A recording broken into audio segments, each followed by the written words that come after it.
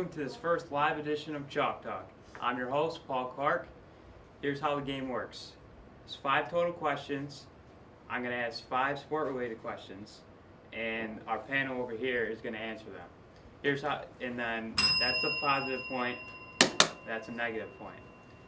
And there's 2 questions in round 1, 2 questions in round 2, and 1 final question in the last round. And each round, a person is eliminated.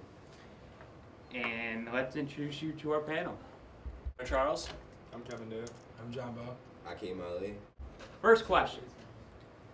Who will be the biggest draft bust of the 2014 NBA draft? Biggest draft bust in this recent draft, Tyler Ennis, by a man from Syracuse. To me, he's terrible. Let me just pick up his stats. He only averaged 11 points, 4 assists. 11 points, 4 assists, with also 3 turnovers a game. That's not good.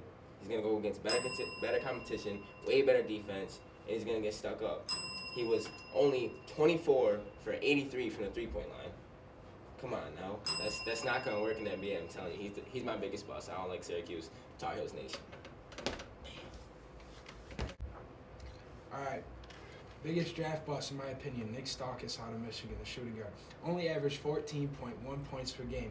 On top of that, he averaged... Tyler Ennis. His assist was 2.3. As a shooting guard, you still got to have more assists than that. His turnover ratio is 1.5. Assist to turnover ratio is terrible to be a guard. You need to be able to move the ball even if you're not the one. And he only averaged 0.6 steals a game. That's terrible. You're a guard, you got to be able to play some perimeter D. You got to be able to take passes, take the passing lane away, everything.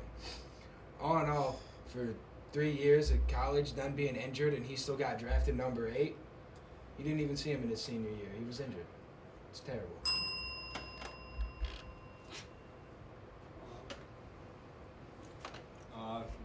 My opinion, biggest draft bust of this upcoming draft is going to be Marcus Smart out of Oklahoma State because he only averaged 16 points a game.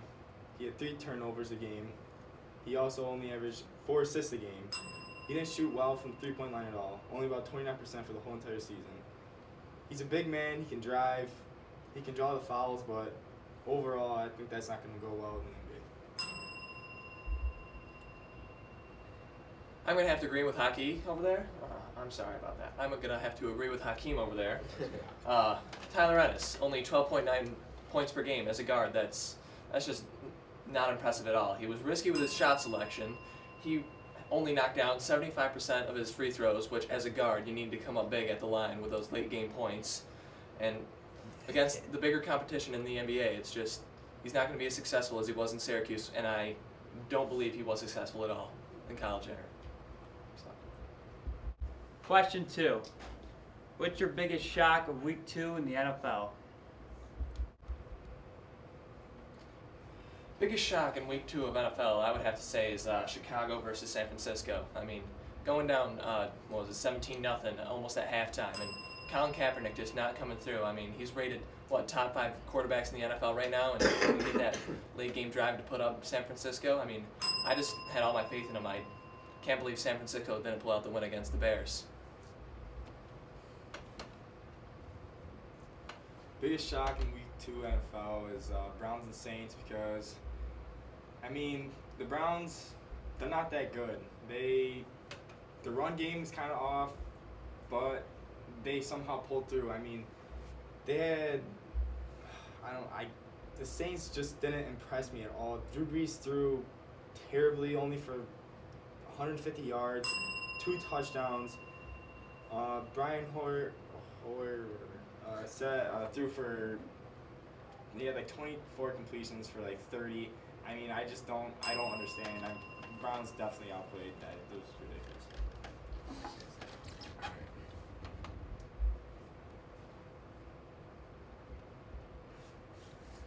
Biggest bust for week 2, I think, was the Eagles-Colts games. Now, I'm surprised the Colts didn't win that game. Colts got Andrew Luck. He's supposed to be this next prodigy, and he's supposed to be the next prodigy in the NFL, this next huge quarterback, almost like a Peyton Manning, following in his footsteps. He needs to step his game up and bust the Eagles. Now, the Eagles have LaShawn McCoy, but honestly, they need to stop him.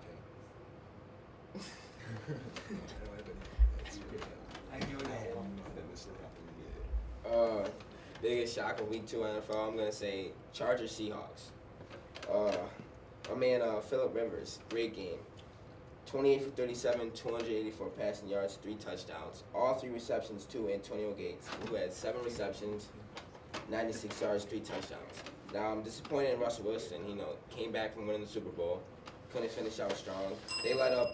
Seattle's defense was supposed to be the best defense in the league.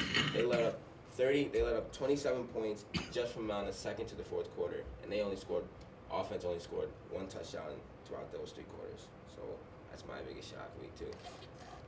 That's the end of round 1.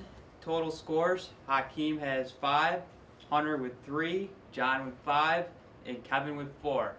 That's Hunter's out. And question number 1 for round 2. Kenny Hill taking over for Johnny Manziel. In his first 2 weeks in his college career at Texas A&M, he has almost 800 passing yards, 7 passing touchdowns. Guys, is he the real deal? I'm gonna have to say I can't really decide right now. I have to see more. I would say bye, but he just hasn't really proved. It's only his 2nd week. It's kind of hard. Manziel, he proved himself through the whole entire season. He definitely did really good. He threw well. He could rush, but I don't know. I haven't really seen that from Kenny Hill yet. Kenny Hill's first career game, his completion percentage was higher than Johnny Manziel's stats in his whole college career at Texas A&M. His passing yards exceeded him by about 100, I think it was. His rushing yards, he could pick it up a little bit. He looks like if pocket breaks down, he could break out of that pretty easily. He's got a lot of confidence. I'm liking it. He's got great energy on the field. He's dishing the ball off well. He's getting it to his open receivers. He's finding those guys. I think he's going to be a great quarterback here to come. He's got about 1 more year in college. He'll be ready for the NFL for sure. Kenny Hill. Do I think he's the real deal? No, but he is. But yes, he's a great quarterback. His season. He's 70%. He has 1,094 yards, and he has 11 touchdowns. That's good, but he's not consistent. Yes, his first 2 games, he broke records. He did what he had to do. He got it done. They are 3-0, but the last game, they only won because of the defense. His last game versus Rice, he didn't play so good. He was only 9 for 13. He's only 9 for 13 with something passing yards. Last game versus Rice, and he didn't do a lot.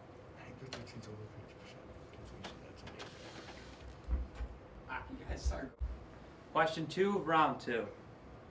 Which team made the best MLB deadline acquisition of the 2014 MLB season? All right, the best trade made by a trade deadline in the MLB was definitely the A's. Oakland had the greatest trade deadline. They picked up a great pitcher in John Lester for this 2014 season to get into the World Series. They're going to need the pitching. They didn't have a lot of it. All right, now they got rid of Yoenis Cespedes. Great bat, great outfielder, but they had to give up something. In exchange, they gave up Yoenis Cespedes, but they got John Lester and $3 million from the Red Sox. That's going to increase their salary cap. It's going to make sure they can get players back, and who knows, maybe Yoenis Cespedes goes back next year because he's only got a 1-year contract until this season's over with the Red Sox.